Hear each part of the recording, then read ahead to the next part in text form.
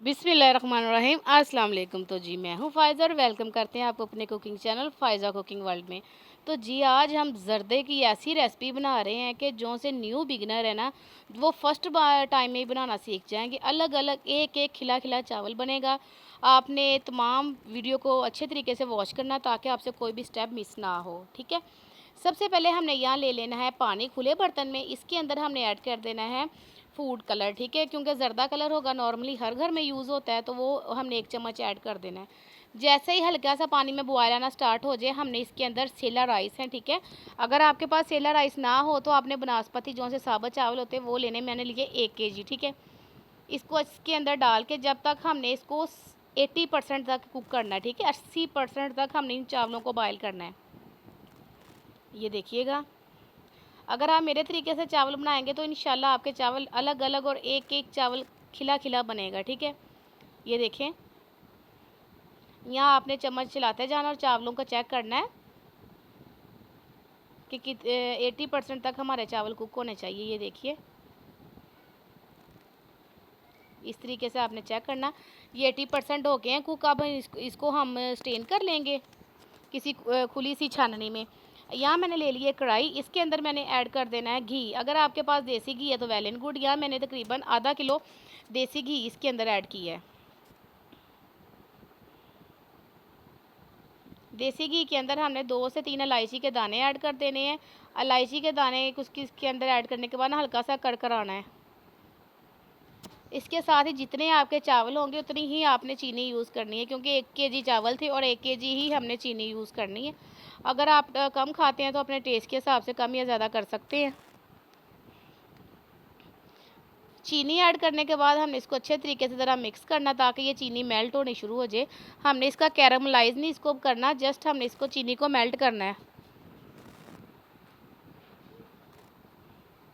इस स्टेज पे हमने इसके अंदर थोड़ा सा 1 कप के लगभग दूध ऐड कर देना है। दूध डालने से ये होगा कि ये तमाम जो सी चीनी है अच्छे तरीके से मेल्ट हो जाएगी। शुरू में स्टार्टिंग में ये ज़रा सख्त होगी, पर आपने टेंशन नहीं लेना, आहिस्ता आहिस्ता ये मेल्ट हो जाएगी। यहाँ मैं 2 से 3 टेबल स्पून दही के ऐड कर रही हूँ।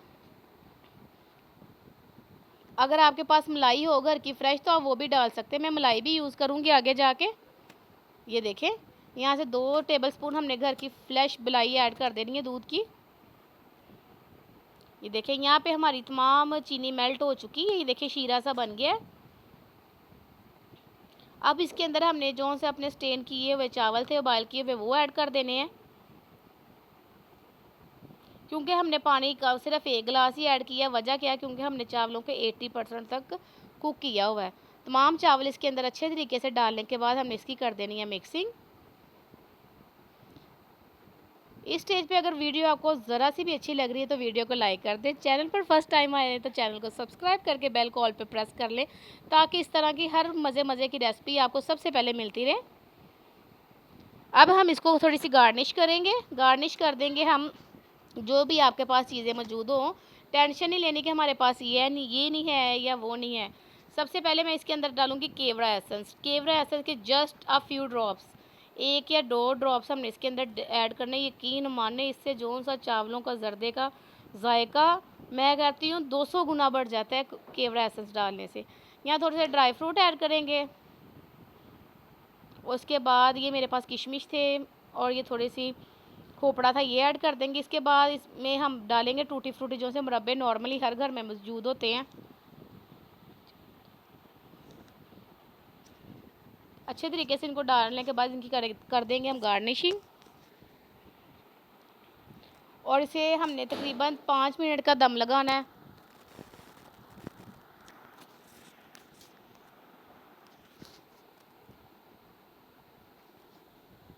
दम लगाने के बाद इसको चेक करेंगे और ये देखिए माशाल्लाह ज़बरदस्त हमारे ज़र्दा चावल खिले खिले, एक एक दाना अलग अलग हमारे ज़र्दा रेडी हो चुका है। अब इसको डिश आउट करते हैं और इसको मैं आपकी फ़ाइनल लुक भी दिखाती हूँ कि हमारे ज़र्दा कैसे बने हैं, कैसे ज़र्दा चावल हमारे बने हैं। अच्छा, आपने लाजमी रेसिपी को ट्राई करना है, ठीक है, और मुझे इंस्टाग्राम पे लाजमी फ़ॉलो कर लेना है और मुझे पिक्चर भी मेरे साथ शेयर करनी है कि आपकी ये रेसिपी कैसी बनी है, ठीक है। मिलते हैं अगली वीडियो में, तब तक दीजिएगा फ़ायज़ा को इजाज़त। ओके, अल्लाह हाफ़िज़, टेक केयर, गुड बाय।